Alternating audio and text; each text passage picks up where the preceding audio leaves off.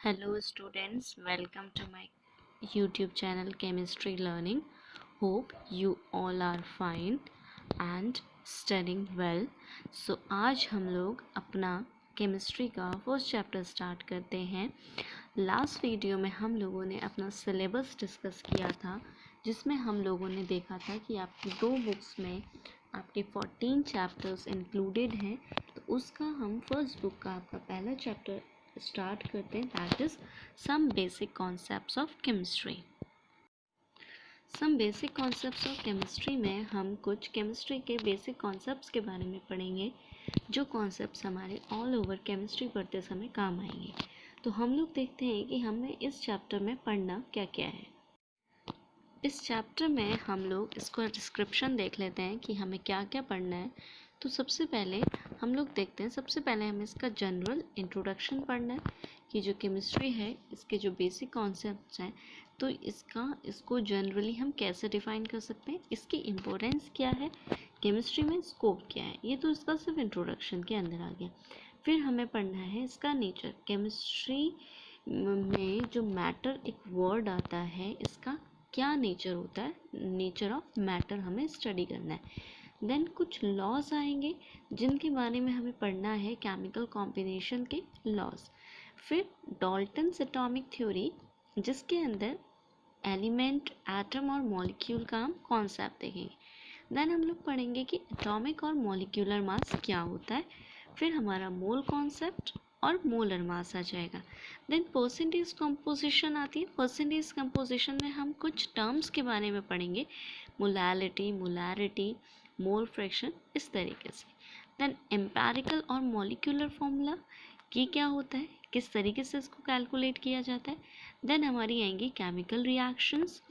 ठीक है, chemical reactions कौन कौन सी हमने पढ़नी है। फिर स्टोइक्योमेट्री या कैलकुलेशन बेस्ड ऑन स्टोइक्योमेट्री। तो ये हमारा इस चैप्टर का एक शॉर्ट डिस्क्रिप्शन है कि इस चैप्टर में हमें क्या क्या पढ़ना है। अब हम इसमें सबसे पहले आते हैं अपने जनरल इंट्रोडक्शन में। तो जनरल इंट्रोडक्शन में हम देखते हैं सबसे पहले इसकी डेफिनेशन को, जो रोल्ड हॉफमैन ने दी थी। रोल्ड हॉफमैन ने जो डेफिनेशन दी है उसमें केमिस्ट्री को डिफाइन किया हुआ है।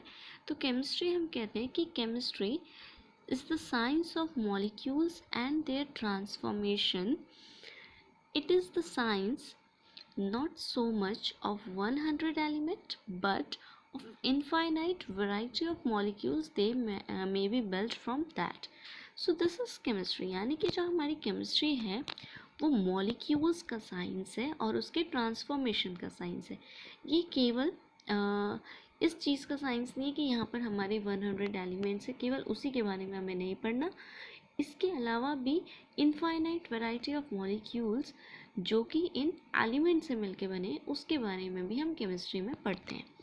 ठीक है, तो यहाँ पर अब हम इसका कुछ जनरल इंट्रोडक्शन देख लेते हैं। जैसे कि जो हमारा साइंस है, केमिस्ट्री साइंस की ही ब्रांच है, तो जो साइंस है वो एक कंटिन्यू ह्यूमन एफर्ट से, जिसमें सिस्टमेटिक नॉलेज को डिस्क्राइब किया है, अंडरस्टैंड किया है नेचर को, उससे हमारा साइंस क्या है, डेवलप हुआ है। ठीक है, अब पहले की क्लासेस में तुमने बहुत सारे सब्सटेंसेस के बारे में पढ़ा होगा, उनके नेचर के बारे में, और वो किस तरीके से चेंज हो जाते हैं। जैसे कि curd formation from the milk, formation of vinegar from the sugar cane juice, और रस्टिंग ऑफ आयरन। ठीक है, ये कुछ चेंजेस के एग्जाम्पल हैं। ठीक है, इसी तरीके से कन्वीनियंस के लिए हम साइंस को सब डिवाइडेड कर देते हैं, जैसे कि केमिस्ट्री, फिजिक्स, बायोलॉजी, जियोलॉजी, इन सब चीज़ों में। ठीक है, तो the branch of science that studies the preparation and properties, structure and reaction of material substances is called chemistry. तो वो ब्रांच साइंस की जो कंपाउंड्स की प्रिपरेशन, इनकी properties, structure, reaction of material को स्टडी करता है, उसी को हम क्या कहते हैं, केमिस्ट्री कह देते हैं। अब जब हम इसके डेवलपमेंट की बात करते हैं, केमिस्ट्री के डेवलपमेंट की बात, तो केमिस्ट्री बहुत पुराना शब्द है। ठीक है, ये बहुत पुराना शब्द है। यहाँ पर दो इंटरेस्टिंग थिंग्स से ये डेवलप कह सकते हैं हम। एक तो फिलोसोफर्स स्टोन, जिसको पारस पत्थर भी कहा जाता है, जिसके बारे में कहते हैं कि वो हर चीज़ को सोने में बदल देता है। इसी तरीके से एलेक्सर ऑफ लाइफ, ठीक है, जो इमॉर्टैलिटी को ग्रांट करता है, यानी कि जिसको हम अमृत भी कहते हैं। तो एंशियंट टाइम में हमें पहले से ही साइंटिफिक फिनोमिनन्स के बारे में पता था, ठीक है, और उन्होंने उस साइंटिफिक नॉलेज को बहुत सारी चीज़ों में अप्लाई किया था, ठीक है। तो जो केमिस्ट्री है वो बहुत सारी फॉर्म्स में डेवलप्ड थी, ठीक है। 18th सेंचुरी में अगर हम मॉडर्न केमिस्ट्री की बात करें तो 18th सेंचुरी में इसने शेप लिया था। अब यहाँ पर अदर कंट्रीज़ की भी बात करते हैं तो चाइनीज़ और अदर इंडियंस, तो इनके अपने ऑल केमिकल ट्रेडिशंस थे, ठीक है। तो जैसे एंशियंट इंडिया की हम बात करें तो केमिस्ट्री को तब रसायन शास्त्र या रस तंत्र या रस क्रिया या रस विद्या भी कहा जाता था। इसमें metallurgy, medicine, manufacture of cosmetic, glass, dyes, ये सब कुछ आता है। जैसे कि मोहनजोदाड़ो सिंध में, हड़प्पा पंजाब में, यहाँ पे भी हमें बहुत सारे प्रूफ मिलते हैं केमिस्ट्री के। जैसे कि आर्कियोलॉजिकल फाइंडिंग, जिसमें हमें ये दिखता है कि बेक्ड ब्रिक यूज़ की थी उन्होंने कंस्ट्रक्शन में, ठीक है। प्रोडक्शन ऑफ पॉटरी, जो मास प्रोडक्शन ऑफ पॉटरी भी हम कैसे रिगार्ड कर सकते हैं, इसको केमिकल प्रोसेस की तरह ही रिगार्ड कर सकते हैं, जिसमें मटेरियल को मिक्स किया है, मोल्ड किया है, ठीक है, फिर उसको हीट किया है। इसी तरीके से ग्लेज्ड पॉटरी भी मिली है मोहनजोदाड़ो में। जिप्सम सीमेंट भी यूज़ किया था कंस्ट्रक्शन वर्क के लिए, जिसमें लाइम होता है, सैंड होता है और कुछ कैल्शियम कार्बोनेट होता है। हड़प्पन्स ने भी फैंसेस बनाई थी, कुछ ऑर्नामेंट्स में शॉर्ट ऑफ ग्लासेस को भी यूज़ किया था। इन्होंने बहुत सारे इस तरीके के ऑब्जेक्ट्स बनाए थे, जैसे लेड, सिल्वर और गोल्ड के, और कॉपर की हार्डनेस को भी इम्प्रूव किया था इन्होंने, ठीक है, बाय आर्टिफैक्ट्स यूजिंग टिन और आर्सेनिक। और इसी तरीके से ग्लास ऑब्जेक्ट्स भी मिलते हैं बहुत सारे मस्की में, जो कि साउथ इंडिया में है, ठीक है। इसी तरीके से हस्तिनापुर, टेक्सटाइल, नॉर्थ इंडिया में। तो ये सारे के सारे एग्जाम्पल्स हमें बताते हैं कि जो केमिस्ट्री है वो एंशियंट इंडिया के टाइम से ही इसकी नॉलेज लोगों को थी। जैसे कॉपर मेटलर्जी इन इंडिया बहुत पहले से है, उसके कॉपर के सिक्के थे। There are many archaeological evidences जो कि इन टेक्नोलॉजी को सपोर्ट करते हैं, ठीक है। इसी तरीके से ऋग्वेदा में है, ऋग्वेदा में टैनिंग ऑफ लेदर या डाइंग ऑफ कॉटन, इसके बारे में बताया गया है कि 1000 to 400 BCE में इसको प्रैक्टिस किया गया था। और इसी तरीके से ये सारी जो चीज़ें हैं, जैसे कि कौटिल्य अर्थशास्त्र है, ये सॉल्ट, कौटिल्य का जो अर्थशास्त्र है ये सॉल्ट के प्रोडक्शन को समझाता है सी से, ठीक है। और इसी तरीके से बहुत सारे स्टेटमेंट्स हैं जो एंशियंट वैदिक लिटरेचर में ये बताते हैं कि वहाँ पे साइंटिफिक फाइंडिंग है। कॉपर के बर्तन, आयरन, गोल्ड, सिल्वर के ऑर्नामेंट्स, ठीक है, टेराकॉट डिस्क, पेंटेड ग्रे पॉटरी, ये सारी की सारी चीज़ें जो हैं आर्कियोलॉजिकल साइट्स में मिलती हैं इंडिया के। एक इसी तरीके से सुश्रुता संहिता भी एक्सप्लेन करती है एल्कलीज को। चरक संहिता भी मेंशन करती है कि sulphuric acid, nitric acid, copper के ऑक्साइड, टिन, जिंक के ऑक्साइड्स को कैसे बनाया जाता है, सल्फेट्स ऑफ कॉपर को कैसे बनाया जाता है, जिंक और आयरन के कार्बोनेट्स को कैसे बनाया जाता है, ठीक है। इसी तरीके से रसोपनिषद भी डिस्क्राइब करती है गन पाउडर मिक्सचर को, ठीक है। तमिल के टेक्स्ट में भी एक्सप्लेन्ड है कि फायर वर्क को यूज़ करके, preparation of fire work using sulphur, charcoal और सैलपैटर, ठीक है। पोटेशियम नाइट्रेट भी कहते हैं जिसको, मर्करी एंड कैम्फर।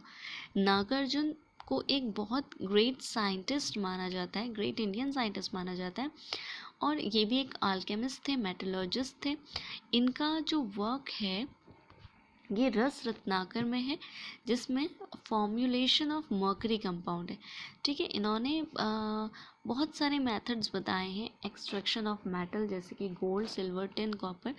इनकी एक रसार नवाम करके बुक भी है जो 800 CE में आई थी।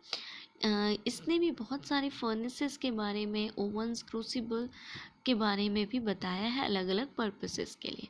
ठीक है, तो उसके साथ ही ये इन्होंने मेथड्स भी डिस्क्राइब किए जिसमें मेटल को आइडेंटिफाई किया जाता है विद द फ्लेम कलर।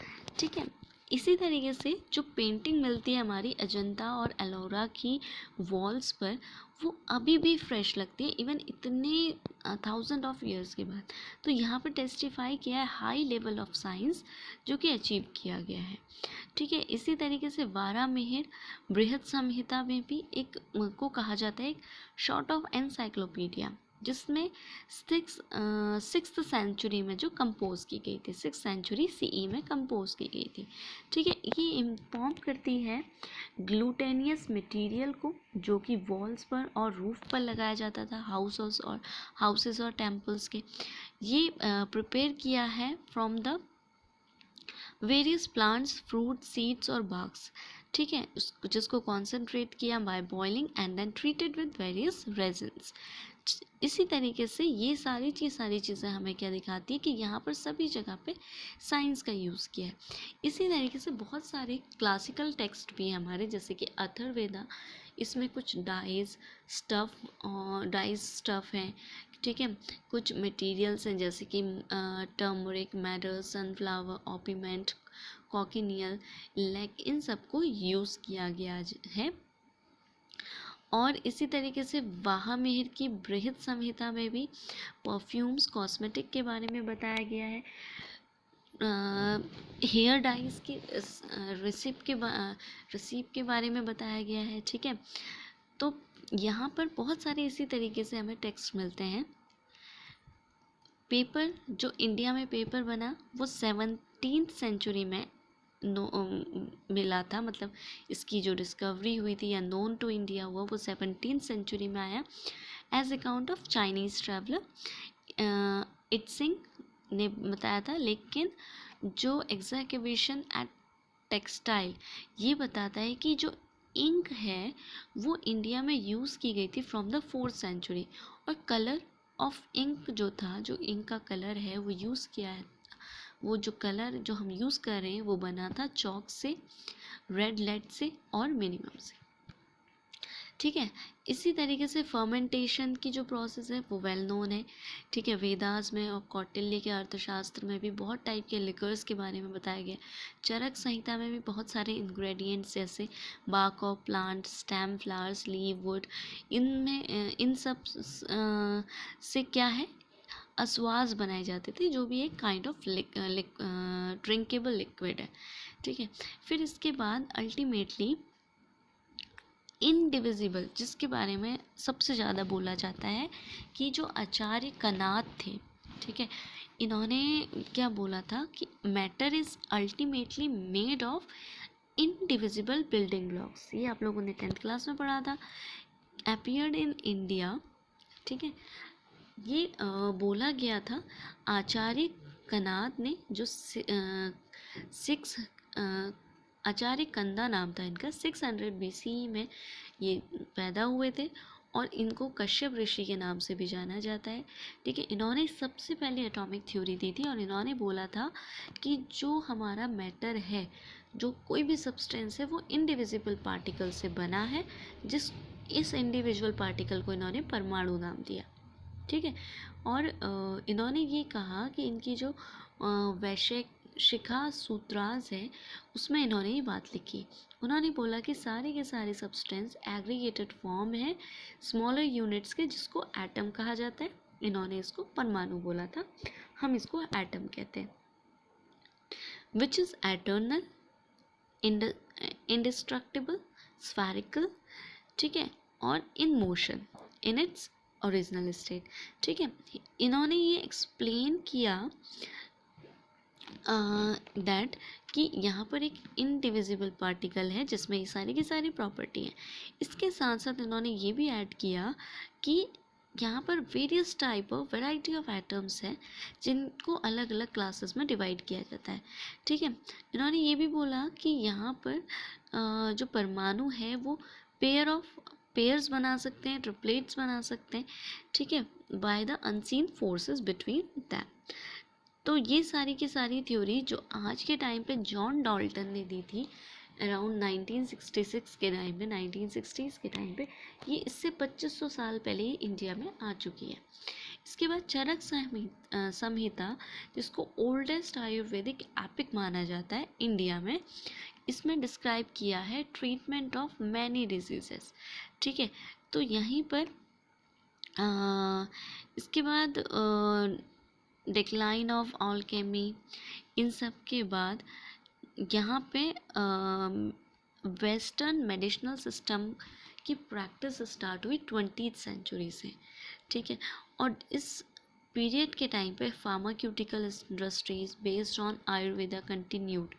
ठीक है, इस समय पे ये भी एग्जिस्ट करी, बट अबाउट 100 to 150 ईयर्स लगे इंडियंस को ये सारी चीज़ें लर्न करने में, अडॉप्ट करने में।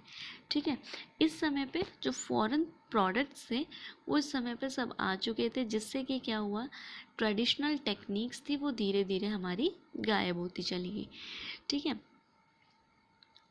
इसके बाद यूरोपियन साइंटिस्ट आए इंडिया में 19th सेंचुरी में, फिर उसके बाद मॉडर्न केमिस्ट्री धीरे धीरे फलने फूलने लगी। तो इस सारी चीज़ों से हमें ये पता चलता है कि यहाँ पर जो केमिस्ट्री है, जो कंपोजिशन, स्ट्रक्चर, प्रॉपर्टीज़ और इंट्रैक्शन ऑफ मैटर से डील कर रही है। ठीक है, तो ये हमारे लिए डेली लाइफ के लिए, ह्यूमन बीइंग के लिए बहुत ज़्यादा यूज़फुल है। तो ये जो सारी के सारी एस्पेक्ट हैं ये हम एक्सप्लेन करते हैं on the basis of atoms और मॉलिक्यूल। इसीलिए हम केमिस्ट्री को कहते हैं साइंस ऑफ एटम्स, या हम कह सकते हैं chemistry is the science of atoms और मॉलिक्यूल। ठीक है, अब क्या ये पॉसिबल है कि एटम्स में किसी भी सब्सटेंस में नंबर ऑफ एटम्स और मॉलिक्यूल्स को काउंट कर लिया जाए? ठीक है, और इनके बीच में क्या क्वांटिटेटिव रिलेशन है, इनके पार्टिकल्स के बीच में क्या क्वांटिटेटिव रिलेशन है? तो ये सारे के सारे क्वेश्चंस हम इस चैप्टर में पढ़ेंगे कि क्या रिलेशन है इनके बीच में, और इसी के साथ साथ इसकी फिज़िकल प्रॉपर्टीज़ और इनका क्वांटिटेटिव डिस्क्रिप्शन भी विद न्यूमेरिकल वैल्यूज़ हम इस चैप्टर में डिस्कस करेंगे। जो जितने भी क्वेश्चंस हैं ये हम लोग इस चैप्टर को पढ़ने के बाद अंडरस्टैंड कर पाएंगे। ठीक है, अब इसके बाद आ जाता है इम्पोर्टेंस ऑफ केमिस्ट्री। नेक्स्ट हमारा आता है इम्पोर्टेंस ऑफ केमिस्ट्री। तो केमिस्ट्री की बहुत ज़्यादा इम्पोर्टेंस है आज की डेली लाइफ में। ठीक है, तो ये एक सेंट्रल रोल प्ले कर रहा है इन मैनी एस्पेक्ट्स। ये जो हमारे प्रिंसिपल ऑफ केमिस्ट्री है ये बहुत सारे डाइवर्स एरियाज़ में अप्लाई होते हैं, जैसे कि वेदर पैटर्न को बताने में, functioning brain, operation of a computer, production in chemical industry, manufacturing, fertiliser, alkalis, acid, salts, dyes, polymers, drugs, soaps, detergent, metals, alloys. इसके अलावा भी बहुत सारी चीज़ें, इन सारी चीज़ों को डेवलप करने में केमिस्ट्री का रोल है। तो केमिस्ट्री जो है नेशनल इकोनॉमी में भी अपना रोल प्ले करती है। ठीक है, ह्यूमन की जो भी नीड्स हैं उसको पूरा करने में केमिस्ट्री का बहुत बड़ा हाथ है, जैसे कि needs for food, for health care product, other जो भी मटेरियल हमारी लाइफ की क्वालिटी को इम्प्रूव करने के लिए ज़रूरी है, उसमें भी केमिस्ट्री का अपना रोल है। ठीक है, इसी के साथ साथ क्या है, ये जो केमिस्ट्री है ये लार्ज स्केल प्रोडक्शन को भी बढ़ाती है, जैसे variety of fertilisers, insecticide, pesticides, इनकी वैरायटी को भी इम्प्रूव करती है। ठीक है, उसी के साथ साथ जो केमिस्ट्री है ये कुछ चीज़ों के आइसोलेशन में भी इम्पोर्टेंट रोल प्ले करती है, जैसे कि ड्रग्स का आइसोलेशन फ्रॉम नेचुरल सोर्सेज। ठीक है, कुछ ऐसी ड्रग्स होती हैं जैसे कि सिस्प्लेटिन, टैक्सोल, जो इफेक्टिव हैं फॉर द कैंसर थेरेपी, इसी तरीके से एक ड्रग आती है AZD, एजिटोथाइमिडीन, जो एड्स के पेशेंट के लिए काम आती है। इसी तरीके से जो केमिस्ट्री है हमारी, ये बहुत सारी चीज़ों में हमारे लिए यूज़फुल है। ठीक है, इसके बाद जो हमारी रीसेंट केमिस्ट्री है, ये बहुत सारी चीज़ों में हमको हेल्प करी है, जैसे कि एनवायरमेंटल डिग्रेडेशन को कम करने में। ठीक है, जैसे कि पहले के टाइम पे जो रेफ्रिजरेटर होते थे उनमें CFSE होती थी, लेकिन CFSE की वजह से क्या होता था, ozone depletion in the stratosphere. तो यहाँ पर केमिस्ट्री की वजह से ये सक्सेसफुल हो पाया कि हम ऐसे रेफ्रिजरेटर बना पाए जो CFC फ्री थे, यानी कि इको फ्रेंडली थे। ठीक है, तो यहाँ पर इसी तरीके की एक और प्रॉब्लम है ग्रीन हाउस गैस, जैसे कि मीथेन, कार्बन डाइऑक्साइड। तो यहाँ पर इसके लिए हमने क्या किया, बायोकेमिकल प्रोसेसेस यूज़ की, यूज़ ऑफ एंजाइम। ठीक है, जैसे कि एंजाइम का use, large scale production chemicals का, synthesis of new exotic materials. तो ये सारी चीज़ें भी हमने डेवलप की। तो यहाँ पर डेवलपिंग कंट्री में, जैसे कि इंडिया में, तो यहाँ पर हमारे बहुत सारे टैलेंटेड और क्रिएटिव केमिस्ट प्रेजेंट हैं। तो ये धीरे धीरे एक चैलेंज को एक्सेप्ट कर रहे हैं। ठीक है, तो यहाँ पर हम लोग अब धीरे धीरे समझेंगे कि यह तो हमने अभी तक पढ़ा इसकी इम्पोर्टेंस क्या है। ठीक है, इम्पोर्टेंस के साथ साथ हमने इसके स्कोप्स पढ़ लिए। अब हम इसके बाद इसके फर्स्ट टॉपिक में आते हैं, that is nature of matter. ठीक है, तो नेचर ऑफ मैटर आप लोग पहले ही फैमिलियर हो मैटर वर्ड के साथ। तो मैटर को हम कहते हैं कि कुछ भी जो हमारे चारों तरफ हमें दिखाई दे रहा है, that is matter, but it should have mass and it should occupy the space. तो everything around us that has mass and which occupy space is called matter. ये हमारा क्या कहलाता है, मैटर कहलाता है। ठीक है, इसके बाद हमारी आ जाती है स्टेट्स ऑफ मैटर। ठीक है, हमारी 3 स्टेट्स आती हैं। हमारी जो स्टेट ऑफ मैटर है, हम अगर स्टेट ऑफ मैटर की बात करें फिज़िकली, तो हम कहते हैं कि हमारी फिज़िकल में 3 स्टेट होती हैं। वैसे 5 स्टेट पढ़ी हैं आप लोगों ने, तो हम यहाँ पे 3 स्टेट को अभी डिस्कस करेंगे, that is solid, liquid and gas. हम लोग डिस्कस करेंगे सॉलिड, लिक्विड और गैस को डिस्कस करने वाले। ठीक है, सॉलिड, लिक्विड और गैस को हम लोग डिस्कस करेंगे। ठीक है, तो ये जो तीनों स्टेट हैं, they are interconvertible to each other, यानी कि सॉलिड को जब हीट किया जाता है तो it converts into liquid, liquid को जब हीट किया जाता है तो ये गैस बन जाता है। In opposite to that, gas को कूल डाउन करेंगे लिक्विड को कूल डाउन करेंगे तो ये it will convert into solid. तो अभी हम यहाँ पर सॉलिड, लिक्विड, गैस इनकी प्रॉपर्टीज़ के बारे में स्टडी करते हैं। सो यहाँ पर हमारी स्टेट्स ऑफ मैटर आ जाती है। ठीक है, तो जो मैंने जैसे कि आपको बताया कि हमें 3 स्टेट्स के बारे में पढ़ना है, लेकिन पीछे हम लोग पढ़ चुके हैं last year 5 states, that is solid, liquid, gas, plasma and BEC, that is Bose Einstein condensate. ठीक है, तो हम यहाँ पे 3 स्टेट्स के बारे में पढ़ेंगे, सॉलिड, लिक्विड और गैस। ठीक है, तो सॉलिड में हम कहते हैं कि solid is that state of matter in which it has definite volume and definite shape. इसकी वॉल्यूम और डेफिनिट शेप होता है। लिक्विड में क्या होता है, लिक्विड में इसका शेप फिक्स नहीं होता, लेकिन इसकी वॉल्यूम फिक्स होती है, यानी कि इसको जिस भी कंटेनर में डालते हैं ये उसका शेप ले लेता है। गैसेस के केस में ना ही इसकी वॉल्यूम फिक्स होती है, ना ही इसका शेप फिक्स होता है। तो जिस भी कंटेनर में हम इसको डालेंगे ये उसमें पूरी तरीके से फैल जाता है। ठीक है, तो this is about the 3 states of matter. इसके अलावा जब हम इसमें पार्टिकल्स की बात करते हैं, तो सॉलिड्स के केस में particles are very close to each other, they are composed, highly composed.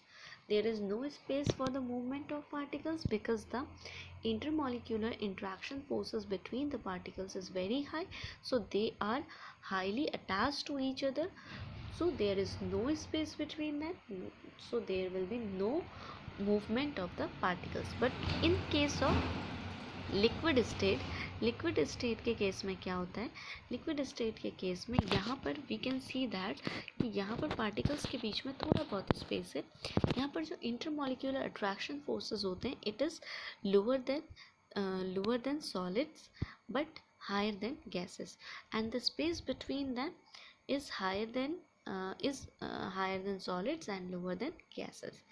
And also there is movement of particles because there is some space present between the particles. तो particles के बीच में space present होने की वजह से particles move कर सकते हैं।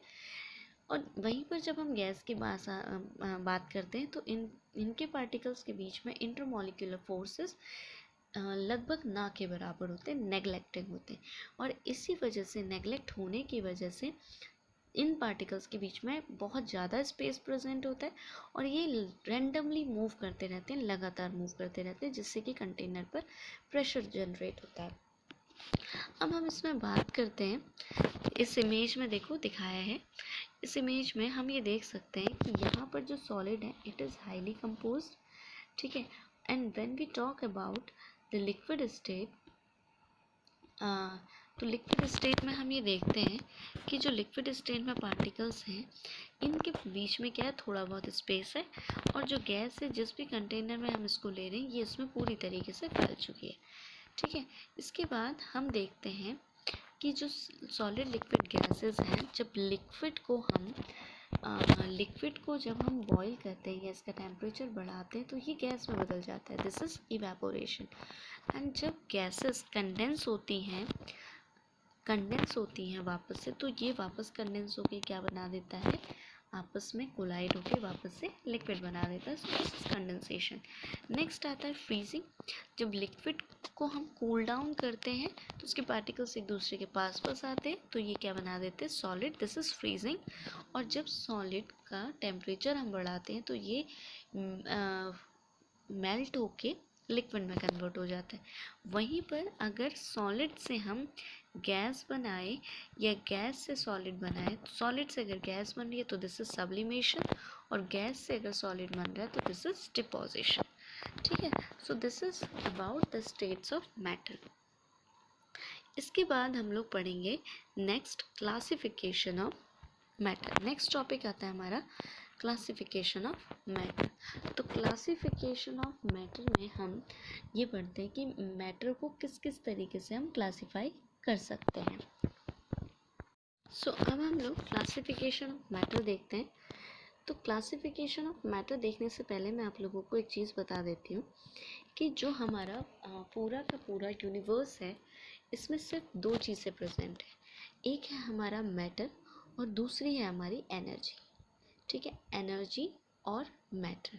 तो दो ही चीज़ें इस पूरे के पूरे यूनिवर्स में प्रेजेंट है, इसके अलावा कुछ भी यूनिवर्स में नहीं प्रेजेंट है। मैटर वो होता है वो सब्सटेंस जिसमें जो स्पेस ऑक्यूपाई करता है और जिसका कुछ ना कुछ मास होता है, ठीक है। एनर्जी इज़ अनदर टर्म, इसको हम थर्मोकेमिस्ट्री में डिस्कस करेंगे। अब हम बात करते हैं मैटर की। मैटर को हम कहते हैं कि matter is classified into two classes. First of all mixture and pure substance. तो मिक्सचर और प्योर सब्सटेंस क्या होता है, मिक्सचर और प्योर सब्सटेंस में ये मेजर डिफरेंस है कि प्योर सब्सटेंस एक ही टाइप के पार्टिकल से मिलकर के बना होता है, ठीक है। जब सारे के सारे कंस्टिट्यूएंट पार्टिकल्स सेम होते हैं केमिकल नेचर में तो उसको हम कहते हैं प्योर सब्सटेंस। और मिक्सचर में क्या होता है, दो या दो से ज़्यादा सब्सटेंस प्रेजेंट होते हैं, किसी भी रेशियो में प्रेजेंट हो सकते हैं, ठीक है। तो यहाँ पर ये डिफरेंस है इन दोनों के बीच में। इसके बाद जो हमारा मिक्सचर है it may be further classified into two classes, homogeneous mixture और हेट्रोजीनस मिक्सचर। तो होमोजीनस मिक्सचर हम किसको कहते हैं, होमो मतलब होता है सेम, जीनस मतलब मिक्सचर यानी कि सेम अमाउंट में जब ये मिले हुए हैं।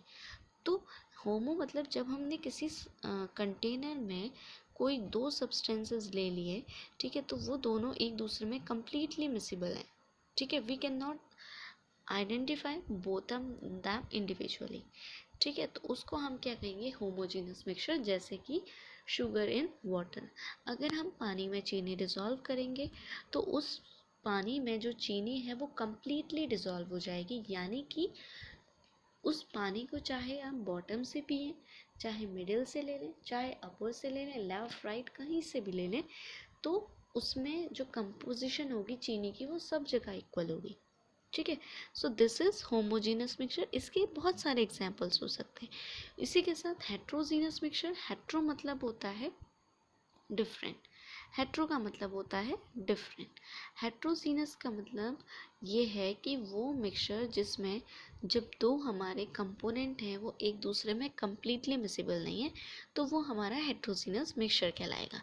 जैसे कि अगर हम इसमें बात करते हैं अगर हम इसमें कुछ डर्ट ले लें, या फिर हम पानी और डस्ट ले लें, ठीक है, पानी और सैंड ले लेते हैं, ठीक है, इन दोनों को जब हम आपस में मिलाते हैं, ये सॉइल ले लेते हैं, पानी में सॉइल मिला दी, तो जब पानी में सॉइल मिला दी तो हम क्या देखेंगे, जब हम उसको मिलाएंगे उस समय तो वो ठीक है, लेकिन थोड़ी देर के लिए हमने उसको रख दिया तो हम देखेंगे नीचे तो बहुत ज़्यादा सैंड है, ऊपर थोड़ा मडी वाटर है, उसके ऊपर थोड़ा डाइल्यूटेड है, और ऊपर आते जाएंगे तो डाइल्यूटेड डाइल्यूटेड, और ऊपर आते आते हमें क्लियर वाटर दिखने लगेगा। ठीक है, तो हेट्रोजीनस मिक्सचर में हमारी क्या बन गई, लेयर्स बन गई। लेकिन होमोजीनस मिक्सचर में लेयर्स प्रेजेंट नहीं होती, composition almost all over same रहती है, यानी कि जो पार्टिकल्स हैं वो यूनिफॉर्मली डिस्ट्रीब्यूटेड रहते हैं ऑल ओवर द मिक्सचर। ठीक है, हेट्रोजीनस में ऐसा नहीं होता। अब प्योर सब्सटेंस की बात करते हैं। ठीक है, एक चीज़ और होती है होमोजीनस और हेट्रोजीनस मिक्सचर में, ये है कि they can be separated by physical methods. ठीक है, बहुत सारे methods, hand picking, filtration, crystallisation, distillation, इन सभी मेथड से इनको सेपरेट किया जा सकता है। प्योर सब्सटेंस वो होते हैं जो एक ही टाइप के सब्सटेंसेस से बने होते हैं। ठीक है, इनकी जो कैरेक्टरिस्टिक है बहुत डिफरेंट है। ठीक है, इनकी कंपोजिशन भी फिक्स्ड होती है। ये दो तरीके के होते हैं, एलिमेंट्स और कंपाउंड्स। अब एलिमेंट्स तो हमारे जो भी जितने भी एलिमेंट्स हैं, अभी तक 118 एलिमेंट्स नोन है, तो 118 एलिमेंट एक ही टाइप के पार्टिकल से मिलकर बने, तो ये हमारे क्या कहलाएंगे, एलिमेंट्स। ठीक है, वहीं पर जो हमारे कंपाउंड हैं, ये जो कंपाउंड्स होते हैं ये दो या दो से ज़्यादा एलिमेंट्स के फिक्स्ड रेशियो में से मिलकर बने होते हैं। जैसे कि अगर हम बात करें H2O की, अगर हम बात करते हैं H2O की, तो यहाँ पे 2:1 में हमारे क्या है, हाइड्रोजन और ऑक्सीजन एटम प्रेजेंट है। ठीक है, तो यहाँ पे इसका एक मॉलिक्यूल H2O का दूसरा मॉलिक्यूल, H2O का तीसरा मॉलिक्यूल, ठीक है, ये हमारा क्या बनेगा, कंपाउंड बनेगा। ठीक है, इसके बाद हमारा क्वेश्चन ये आता है कि कंपाउंड्स में और मिक्सचर में क्या डिफरेंस है, कंपाउंड्स और मिक्सचर में क्या डिफरेंस है। So there are many differences. पहला डिफरेंस तो यही आ गया कि जो मिक्सचर है और कंपाउंड है, ठीक है, मिक्सचर और कंपाउंड में ये हेट्रोजीनियस हुआ तो इसको हम सेपरेट कर सकते हैं, लेकिन जो कंपाउंड है इसको फिजिकल मेथड से सेपरेट नहीं किया जा सकता, मिक्सचर को फिजिकल मेथड से सेपरेट किया जा सकता है। दूसरा डिफरेंस ये कि जो मिक्सचर में कंपोनेंट्स हैं जिनसे ये मिलकर बनता है, तो मिक्सचर की प्रॉपर्टी भी उनसे ही मिलकर बनी होगी। ठीक है, जैसे कि पानी में अगर हमने चीनी डाल दी तो पानी लिक्विड है वो लिक्विड ही रहेगा, चीनी हमारी क्या है, मीठी होती है, तो पानी भी मीठा हो जाएगा। लेकिन कंपाउंड में ऐसा नहीं होता। कंपाउंड की जो प्रॉपर्टी होती है, it is far different than the component that we have taken for making the compound. Like अगर हमने वाटर मॉलिक्यूल बनाना है तो वाटर बनता है हमारा H2 और O2 से। H2 की क्या प्रॉपर्टी होती है, it burns with a pop sound and oxygen is the supporter of combustion, whereas water is used as a fire extinguisher. तो दोनों के बीच में बहुत बड़ा डिफरेंस आ जाता है, कंपाउंड के बीच में और मिक्सचर के बीच में। ठीक है, इसके बाद देखो फर्दर हम एलिमेंट्स को मेटल्स, नॉन मेटल्स और मेटलॉइड्स में भी डिवाइड करते हैं। ठीक है, और कंपाउंड्स हमारे इनऑर्गेनिक कंपाउंड्स और ऑर्गेनिक कंपाउंड्स होते हैं। कंपाउंड्स जो कि हमारे लिविंग से मिलते हैं उनको ऑर्गेनिक कंपाउंड्स कह देते हैं, जो नॉन लिविंग से मिलते हैं उनको इनऑर्गेनिक कंपाउंड कह देते हैं। ठीक है। So this is about the classification of matter. यहाँ पे हम एक पिक्चर और देख लेते हैं। जैसे कि हमारे पास या matter, pure substance and mixture. तो यहाँ पर देखो एलिमेंट्स के जब पार्टिकल्स हमें दिखाए गए तो these are of the one type. ठीक है, ये हमारे एक ही टाइप के एलिमेंट, एक ही टाइप के पार्टिकल हैं। कंपाउंड में यहाँ पे एक जो मॉलिक्यूल है, जो एक कंपाउंड है, वो दो दो एलिमेंट से मिलकर के बना हुआ है। ठीक है, लेकिन कंपाउंड का एक खुद का जो पार्टिकल है वो तो सब में सेम ही है। यानी कि अगर ये H2O है तो सब में सेम ही H2O मॉलिक्यूल्स होंगे। होमोजीनियस मिक्सचर में क्या होगा? होमोजीनियस मिक्सचर में ये यूनिफॉर्मली डिस्ट्रीब्यूटेड तो होंगे लेकिन दो अलग अलग टाइप के पार्टिकल्स होंगे। हेट्रोजीनस में कोई यूनिफॉर्म डिस्ट्रीब्यूशन नहीं होगा, अलग अलग पार्टिकल्स होंगे और अलग अलग ये डिस्ट्रीब्यूटेड होंगे। तो यहाँ पे पार्टिकल्स के फॉर्म में हम इसको डिवाइड कर सकते हैं। So students, this is all about for today. तो आप लोगों ने मैटर देखा, इसका क्लासिफिकेशन देखा। नेक्स्ट वीडियो में हम लोग इनकी प्रॉपर्टीज़ के बारे में पढ़ेंगे। So hope you like the video, so subscribe my channel and अगर आपको कोई डाउट्स हैं तो आप कमेंट सेक्शन में लिख सकते हैं कि आपको क्या डाउट आ रहा है, या आप मुझसे पूछ सकते हैं। And also start making notes from today. Thank you, students.